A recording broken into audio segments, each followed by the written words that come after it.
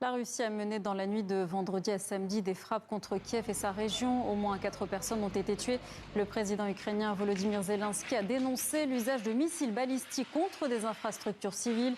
De son côté, Moscou a revendiqué ces attaques et affirme qu'elles visaient un dépôt de carburant de la capitale ukrainienne et une usine qui produit des pièces pour des missiles. C'est dans ce contexte d'intensification des frappes russes que Volodymyr Zelensky est en Serbie où il a rencontré son homologue Alexandre Vučić.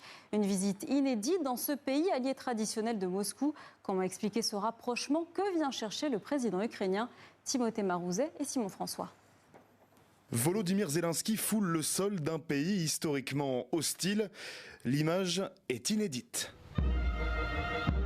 Alliée depuis des décennies de Moscou, la Serbie déroule aujourd'hui le tapis rouge au président ukrainien qui vient chercher à Belgrade de nouveaux soutiens après l'intensification ces dernières semaines des frappes russes sur l'Ukraine.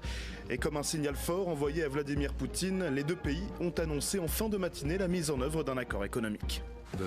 Cet accord de libre-échange est d'une importance capitale pour notre pays et pour l'Ukraine. Nous allons y consacrer tous nos efforts et je suis convaincu que nous le mettrons en œuvre rapidement et efficacement dans l'intérêt de nos populations. Pourtant, la Serbie reste l'un des rares pays à ne pas avoir adopté de sanctions contre la Russie. Le pays est aussi très dépendant du gaz russe. Mais Belgrade, comme Kiev, est candidate à l'adhésion à l'Union européenne. Elle n'a donc pas d'autre choix que de jouer les équilibristes pour conserver ses liens, à la fois avec Bruxelles et avec Moscou. Volodymyr Zelensky, lui, joue gros. L'Ukraine manque cruellement de munitions. Et il l'a rappelé très clairement aux côtés de son homologue Alexandre Vučić.